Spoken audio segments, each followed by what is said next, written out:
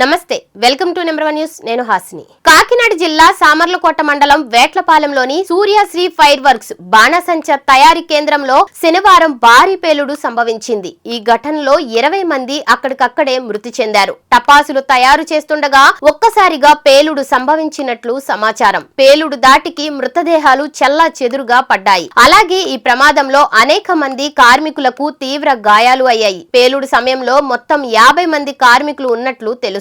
కార్మికులలో మహిళలు ఎక్కువగా ఉన్నారు. కార్మికులంతా స్థానికులే. ప్రమాద ఘటనపై ముఖ్యమంత్రి చంద్రబాబు తీవ్ర దిగ్భ్రాంతిని వ్యక్తం చేశారు. మృతుల కుటుంబాలను అన్ని రకాల ఆదుకుంటామని చెప్పారు. హోంమంత్రి అనితను తక్షణమే ప్రమాద స్థలానికి వెళ్లాలని సీఎం చంద్రబాబు ఆదేశించారు. కాకినాడ జిల్లా ఇన్ఛార్జి మంత్రి నారాయణ ఘోర అగ్ని ప్రమాదంపై దిగ్భ్రాంతి వ్యక్తం చేశారు. జిల్లా కలెక్టర్ తో మాట్లాడి ఘటనకు గల కారణాలు అడిగి తెలుసుకున్న మంత్రి బాధితులకు అత్యవసర చికిత్స అందించేందుకు అన్ని ఏర్పాట్లు చేయాలని కలెక్టర్కు ఆదేశాలు జారీ చేశారు.